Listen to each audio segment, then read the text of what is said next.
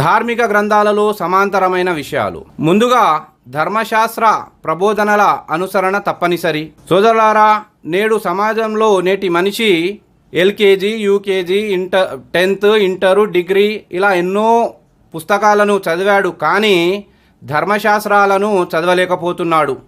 మనిషి తనది ఒక మతము, ఒక కులము అని చెప్పుకుంటూనే తనకు సంబంధించిన గ్రంథాన్ని చదవలేకపోతున్నాడు.